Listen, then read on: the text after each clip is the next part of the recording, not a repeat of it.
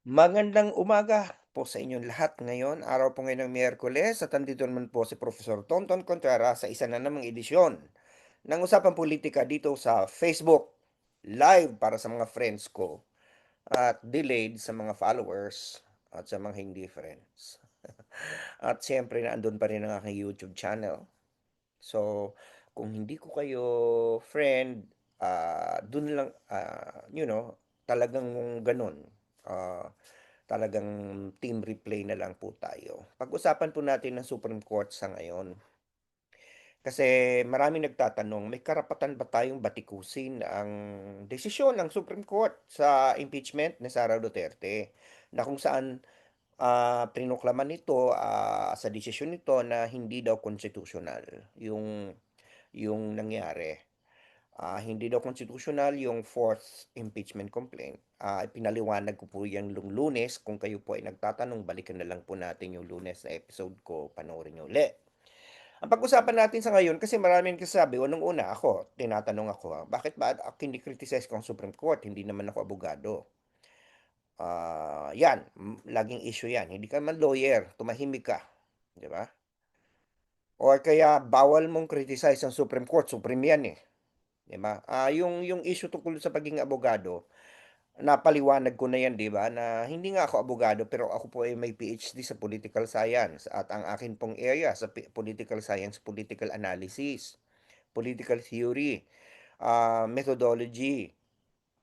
So ang ginagawa ko po, ginagamit ko ang mga iba't ibang teorya para suriin hindi lamang po ang mga teksto ng batas, sa mga desisyon, ang mga institusyon, kundi maging, mga ordinaryong mga pag-uusap. So, ang pinag-aaralan ko po ay mga diskurso at ang desisyon po ng Korte Suprema ay diskurso.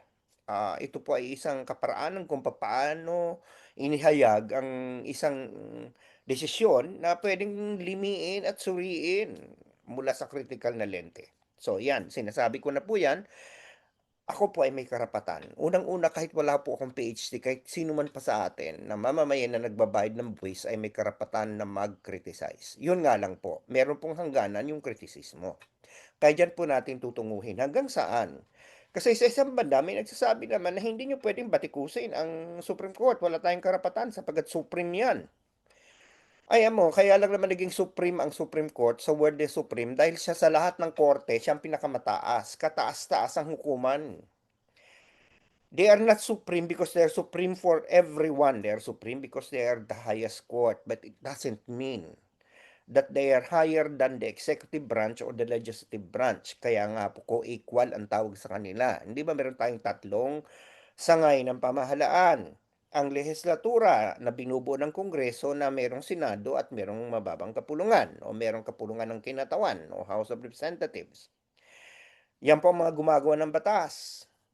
At ang tagapagpatupad ng batas ang executive branch, kaya ang executive, execute to implement. At yan ang presidente, kabinete, lahat ng mga ahensya ng gobyerno. At pagkatapos ay naandiyan ho lang ang hudikatura, ang judiciary na siya nagbibigay kahulugan o kaya nag-i-interpret kung merong pag-aaway, pagtatalo-talo. So may kanya-kanya po silang ano, ah, kapangyarihan na hindi natin puwedeng sabihin na mas mataas ang isa sa isa. Yan po ay co-equal. Kaya 'pag sinabing Supreme Court, sila lang po yung korteng pinakamataas, pero hindi po sila supreme. Sa usapin ng batas, meron silang final say.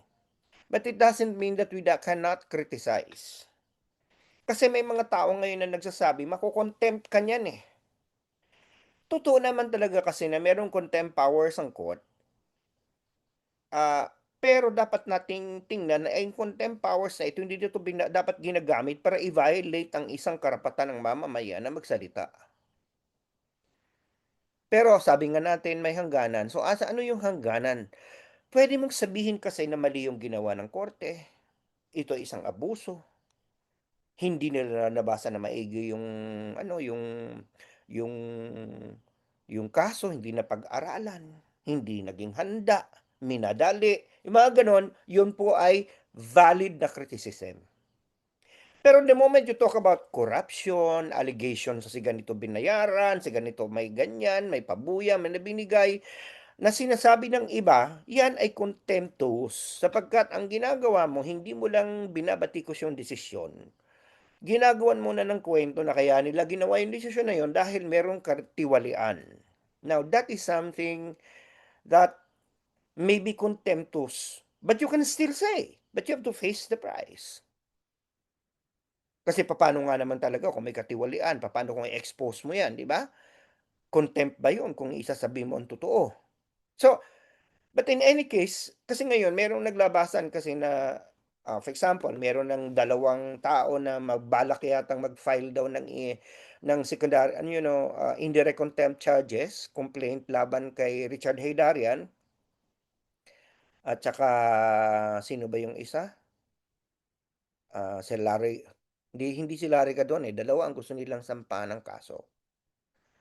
Na dahil nga tinawag si Percival Sendanya, isang representative at saka si Richard Haydarian, kasi nga binatikos nila yung Supreme Court. So tutuloy ngayon, maraming natatakot. Maraming natatakot mag-post ng kritikal doon sa desisyon ng Supreme Court. Ako po naninindigan na may karapatan tayong magsalita. May karapatan po tayong magbatikos. Pero hindi po natin pwedeng mag-akusa ng walang basihan at ibase natin ito sa pagkasinungalingan. Yun lang naman po ang hindi doon pwede. Hindi natin pwedeng dagdagan. Parang pag sinabi nating mali ang desisyon, hindi makatwiran yan, hindi pinag-aralan, may kulang, minadali, yan po ay valid criticism. Pero the moment you begin attributing certain acts that could impan or degrade the Supreme Court as an institution, then that is the time when you are probably bordering into a contemptible act. Yung pwede ka nang ma-cite for indirect contempt. Kasi ang direct contempt, yung doon mo sila harapan mismo iko-contempt eh. Pero ang indirect yung wala kang ano. At itong indirect contempt charges, malinaw ito na dapat ititimbang mo sa karapatan natin na magsalita.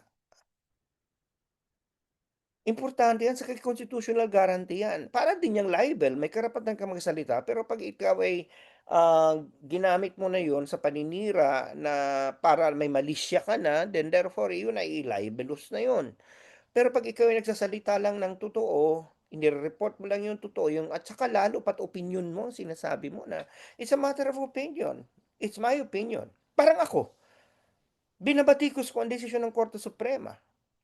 Iginagalang ko ang kanilang desisyon pero hindi ako nag-a-agree at nilalabas ko ang mga mali dito. Pero wala akong sinasabi ng mga aligasyon na ginagawa ng iba na para bagang ina-attribute nila si ganito kasi ganyan, binayaran niya si ganito ka. Well, of course they can say that, but that's the point.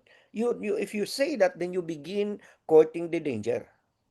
So, ibig sabihin niyan, tayo mag-iingat tayo sa sasabihin natin. Mag-ingat tayo sa mga binibitawan nating salita sapagkat meron tayong mga panuntunan kung ano ang protected speech. Okay? Ngunit kung para sa tingin nyo totoo, may basehan kayo, may ebidensya kayo, pwede nyo sabihin. Kaya lang yun nga, magiging kung ano yan pwede nyo maging depensa nyo yan kapag kayo ay dinemanda na, kunyari libel o kaya dinemanda, kinasuhan kayo ng contempt. Pwede nyo sabihin totoo ang sinasabi ko, may basehan ako dyan, ito ang ebidensya. Pues, yan ang defense mo. Pero pag wala kang ebidensya, at ikaw ay nagiging bugso lang ng damdamin mo yun, then, kahit hindi Supreme Court yan, kahit sino yan, pwede magdemanda sa iyo. Pwede kang kasuhan. Ganun lang kasimple yun. Tayo kasi mga Pilipino, meron tayong din kasi pag-uugali. Hindi tayo marunong mag-criticize na walang personal. Yung parang, ah, parang sa halip na sabihin mo lang mali ka, ang sinasabi ba, mali ka kasi bobo ka. O mali ka dahil kalbo ka. Di ba? Parang ganun ako lagi di ba? Ang mga sinasabi ko pag hindi na nila kaya na tirahin yung sinasabi ko, yun, kung ano-ano naman sinasabi tungkol sa akin, kasi hodang kalbo ako, kasi hodang bayaran ako, kasi hodang bakla ako, mga ganun, kung ano mas sinasabi. Di ba? Mga ganung mga pinipersonal ka na, di ba? Na parang, ano man, pagbasahin mo yung mga comments sa social media, ganyan, eh. Sa halip na yun ang tutukan na, "Prof, mukha yatang hindi tama yung sinasabi mo or mali ang sinasabi mo or ano yan, hindi yan totoo, walang basehan yan," ang uupakan yung pagkatao. Gano'n din yung nangyayari sa Korte Suprema. Sa halip na ang tirahin ay yung desisyon, may mga taong kahit walang batayan ay magbibintang ng kung anong katiwalian. May mga akusasyon na hawak sila ni ganito, na may ganyan, eh, yan ay iba na, eh. Hindi ba natin puwedeng pag-usapan lang kasi kung ano yung desisyon. Tutal marami na tayong puwedeng batikusin dun sa desisyon ng Korte Suprema, eh, 'di ba? Ang iba naman kasi sinasabi niya, igalang niyo, hindi ho puwedeng ang paggalang ay kasama ang pagtanggap. Ginagalang mo sila pero mawalang galang na po, 'di ba? Yun 'di ba yung sinasabi natin mawalang galang na po, with all due respect, 'di ba? With all due respect, mawalang galang na po, sasabihin mo, so ginagalang mo yung tao pero sinasabi sa kanya kung ano yung mali. Gano'n tayo dapat na mawalang galang na po, Korte Suprema, with all due respect, but you know, your decision sucks, 'di ba? Dalawang bagay ang medyo talagang hanggang sa ngayon, kasi napakadali naman talaga kasing magkaroon ng pagdududa, napakadaling magkaroon ng pagtatanong. Kasi napakaimportante nitong usapin na ito, binaligtad ng Korte Suprema ang ibig sabihin ng to initiate at parang dinagdagan pa nila kung ano yung requirement para dun sa isang klase ng impeachment na kung saan ang nagsampa ay more than one-third ng House na wala naman sa saligang batas. Napakahalaga noong desisyon na yon na may overarching, far-reaching implication sa ating buhay, ay hindi sila nag-hold ng unang-una, hindi nabigyan ng pagkakataon ng House na magbigay ng full comment. Kasi tandaan niyo 'di ba nung ako nga ay dinemanda ni Grace Poe doon sa Korte Suprema dahil nag-file 'di ba kami nung nag-apela siya, pinadala ng Korte Suprema sa amin yung kaninong final na appeal ni Grace Poe at binigyan kami ng pagkakataon na sagutin punto por punto yun. Hindi yun ginawa dito. Ang ginawa, nagpadala lang ng tanong. Parang sa halip na iba kasi yung, "Oh, eto yung complaint sa'yo. Ayan, sagutin mo, bawat isa diyan." Iba dun sa, "May complaint sa'yo, may mga tanong kami sa'yo, sagutin mo." Gano'n ang ginawa ng Korte Suprema dito. May complaint, maaaring ayan, may complaint na binigay sa inyo, ayan, pero hindi yan ang sagutin niyo, ang sagutin niyo itong mga tanong namin. Yan ang binigay ng Korte Suprema. Number two, nagkaiba po yun, kasi yung isa parang binibigyan pagkatawag komentaryo doon sinasagot mo yung mga tanong, ay yung mismong complaint, point by point. Pero yung ginawa nila, although maaaring binigyan na ng kopya ng complaint ang House, pati ang Senado, pero may mga tanong sila. Yun ang iba yon. Kasi yung isa may freedom ka na na erase kung ano man yung pahinain yung complaint sa'yo, sagutin yung lahat ng aspect. Pero yung isa nilimita ng korte sa mga tanong nila. Wala ring hearing na ginawa, walang open hearing, walang oral arguments. Ako nun, pinapunta ako sa Korte Suprema, pumunta ako dun, 5 araw yata yun na hearing, na andun ako, nakatoga din ako, yun, katabi ko mga abogado de Campanilla, mga taga-COMELEC. Yan si dating Commissioner Guanzon, yan, katabi ko pa. Si Extraordinary Lamparo. Doon kami at ako nga hindi abogado pero humarap ako sa Korte Suprema. Okay? So, merong oral arguments. Binigyan kami ng pagkakataon na mai-argue ang aming side. Walang gano'n po na nangyari dito. Tapos biglang lalabas na lang ang ganitong desisyon. So, hindi mo masisisi ang mga tao kung magkaroon ng maraming pagdududa. Gano'n pa man, we should give them the benefit of the doubt and we should just focus on the fact that there are certain things that are wrong with the decision. In a nutshell, ano ba yung dalawang tingin natin ay mali? Ako personally, unang mali, yung issue tungkol dun sa notion nila ng to initiate. Na ngayon, ang to initiate is, sabi sa Francisco ruling, filing and referral. Pag nag-file ka lang at walang referral, walang initiation. Maliban lang kung one-third ng Kongreso ang nag-file ng verified complaint. Yun yung third. Yun yung nangyari dito. So yung first three complaints hindi na-refer. So walang initiation. Pero sinasabi nila ngayon, may initiation. Dahil final mo yan, kahit ina-archive yan, nung mag-adjourn ang House, nagkaroon na ng dismissal. So wala na dapat pang-apat. Pero ang timeline po ang medyo may ano dito kasi ang sabi ng Korte Suprema, kung final at hindi inaksyonan, the moment the Congress adjourns, that is effectively dismissed. So meron ka ng 1-year bar. Hindi mo na pwedeng magsampa. Nangyari dito, ayon nga sa napunto ng One Sambayan at sinabi rin ni dating Senior Associate Justice Tony Carpio, na nakita ko rin nung tiningnan ko uli yung 97 pages, ang sequence po ng ganito, may nag-file na una na tatlo, 'di ba? Hindi yun inaksyonan, hindi yun na-refer. At nung February 5, yun ay nilagay sa House Order of Business yung tatlo. Tapos, nagkaroon ng fourth complaint doon sa February 5 na pinirmahan ng 215 members of the House. At yun ang unang pinagbutuhan na i-endorse sa Senado. Inendorso po ng 4:57 ng hapon. Okay? Madaling salita, bagamat kahit gamitin pa natin, kung Francisco ang gagamitin natin, walang existing na complaint sapagkat yung tatlo hindi na-refer. Kung gagamitin natin itong 25 ruling,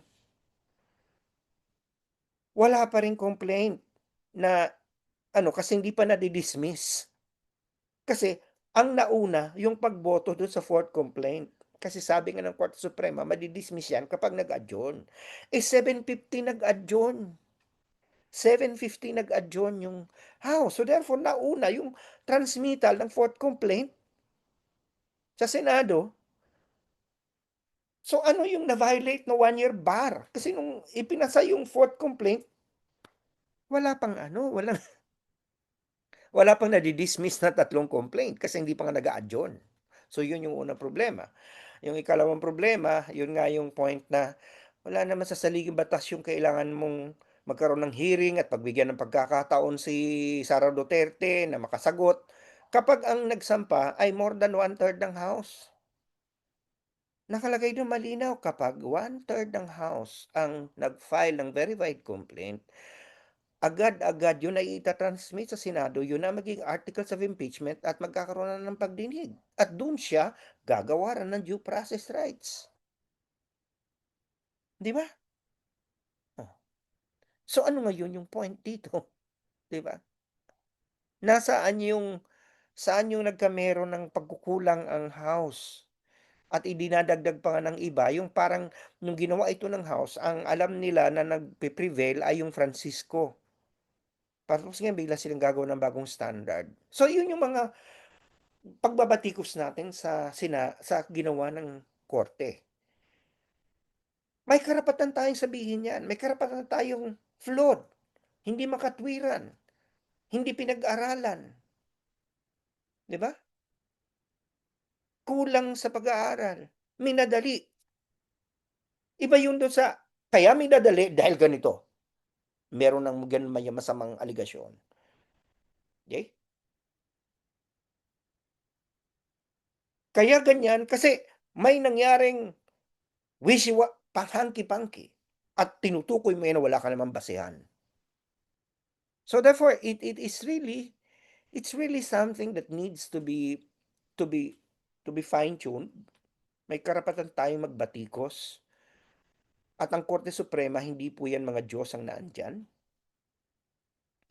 Maari po sila magkamali. In fact, binaligtad nila ang kanilang mga sarili ng maraming pagkakataon na kung saan ang kanilang desisyon reverse nila. Ito nga mismong itong 2025 ruling na ito ng Duterte versus House of Representatives, binaligtad nila yung Francisco versus House of Representatives kung totoo lang. So pinalitan nila, pwede nilang palitan ng sariling desisyon. Ibig sabihin yan, they are not perfect. They can change. So, this is why there is a motion for reconsideration. So, yung mga nagsasabi na, so Korte Suprema na yan, sundin natin yan, aba, eh, kung gusto niyong magpakatanga at magpakabobo, eh, i-contempt niyo ako, pero wala naman akong tinawag na ikaw ang bobo, ikaw ang magpakatanga bobo, magkakaiba yun, 'di ba? Kung general mong sinabi yan, wala. Hindi mo naman nga walang identifiability. Kung gusto niyong hindi gamitin ang utak niyo, sige, okey lang. Inyo naman yan, eh. Mapupurol naman yan, hindi naman yan akin, 'di ba? Libre yang binigay sa inyo ng Panginoon at ng kalikasan at ng kasangsang sinukob. Kung ayaw niyong gamitin, fine. Ang importante, huwag tayo na yung gano'n na para bagang porket Korte Suprema na yan, hindi na natin puwedeng i-criticize. Puwede nating i-criticize, pero 'pag nag-criticize tayo, gamitin po natin ang katwiran. Hindi po yung basta-basta tayo magbibintang ng wala namang basehan. Alam ko na madaling magalit. Kung meron kayo sa utak ninyo, sabihin niyo na lang sa mga kaibigan niyo. Huwag niyo nang isulat at huwag niyo nang i-publicize, huwag na kayong magpa-interview at sabihin 'yan openly. May karapatan naman kayong mag-isip, eh, may karapatan kayong magduda, pero huwag niyo nang i-articulate. Do not articulate it. You can articulate it privately to people you trust in private conversations, but when the moment you put it in writing, or verbally publicly announce it to people in a vlog or when you're interviewed on TV, then that's the time that you are probably ripe for contempt. If you are accusing institutions of doing something, you know, and it erodes the credibility of the institution. Na yun ay parang, kasi may magsasabi, hindi ba propio yung pagpapaliwanag mong yan na may mga desisyon, yung desisyon ng Korte Suprema mali, ganyan, ganyan, na-erode ang credibility nila. Oo nga, well, pero hindi ko sinasabing sila, I'm pointing at the decision. Iba kasi yung, ganito yun, ano, iba yung sabihin ko na mali ang desisyon mo, eh, 'di ba? Sa tao, kunyari merong isang kang kaibigan may ginawa na hindi mo nagustuhan, mali ang desisyon mo. Yung desisyon ang tinitingnan mo, eh. Ngayon kung ma-erode man yung credibility niya, eh, talagang epekto yun ng pagkakaroon ng maling desisyon. Pero yung sabihin mong, kaya mo ginawa yan kasi gawa ng may intensyon ka na magnakaw, ganyan-ganyan, at ikaw ay talagang magnanakaw ka, ganyan-ganyan, iba na yun. Hindi na yung desisyon ang tinututumbok mo dun, ang tinutumbok mo na yung kausap mo. Na-erode yung credibility niya not because of the decision, but because of what you are trying to impan.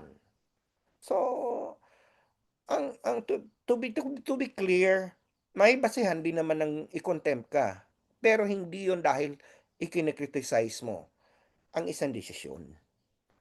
Kalayaan po natin yun. Ngayon kapag lumagpas ka doon sa parameter na yun at binibigyan mo na ng mga motibong mga tiwali o kaya mga bagay-bagay na paglabag sa batas na nilabag mismo ng Korte Suprema yung batas, then kung yan ay hindi totoo, then yan ay hindi tama. Ngayon kung totoo man yan, then that will be your defense if you are cited for contempt. O siya, kaya tayo po, mag-ingat tayo ha. Yan ang nga lagi kong sinasabi sa inyo. Lalo na sa mga nagki-criticize sa'kin. Ang inyong i-criticize lang yung aking sinasabi, huwag niyo na akong pintasan. Huwag niyo ng pansinin ng kalbo ako, nagsisinungaling kayo dun, hindi na ako kalbo, kitang-kita niyo naman, may buhok yan. Hindi po yan piluka, oh. Yan ay, yan, oh. Tingnan mo, sinasabunutan ko. Hindi yan piluka. Yan ay tunay na buhok. Hindi ako nagpa-transplant. Kasi kaya lang naman ako kalbo nung kasi inahit ko araw-araw. Kaya, yun ang contempt. Pag sinabi niyo kung kalbo ko, hindi naman ako kalbo. Di ba? Nagpapakalbo. Pero nga hindi na ako kalbo. Mo. Kasi sabi nila, piluko pa daw yan. Sabi ko, wala naman kung ano ko, di ba? Yan ay tunay, di ba? Genuine yan. Para katulad yan ng aking mga uh, tattoo. Tunay. Hindi yan henna, ha? Yan. Hindi yan henna. Yan po ay tunay. Sige. Sana nakapagturok sa iyong kaisipan, haplos ko ang mga puso at napabago ang panahon sa buhay, lalong-lalo na sa usapang pulitikal. Sabi sa'kin ng Lasal, "Teach mind, touch heart, and transform lives." Sana nakapagsilbi ako sa bayan dahil sabi sa'kin ng UP naming mahal, "Serve the people." O siya sige, kita-kita na lang po tayo sa Miyerkules. Sa Miyerkules baka medyo ma-late ako ng kaunti sa aking pagla-live, ha? Um, oo, kasi may meeting ako no'n, eh, titingnan natin. Pero sisikapin po natin makapag-live tayo sa kahit maikli lang. Sige, ingat-ingat po tayo lagi. Lagi kong sinasabi, mag-ingat po tayo lagi, ingat ang kalusugan, at huwag na pong basta-basta magsasalita ng hindi natin inaaral ang mga bagay-bagay. Okey, UP naming mahal, Animo Lasal. Magandang umaga, magandang hapon, magandang gabi kung nasa man kayo sa roon sa mundo sa ngayon. Bye for now.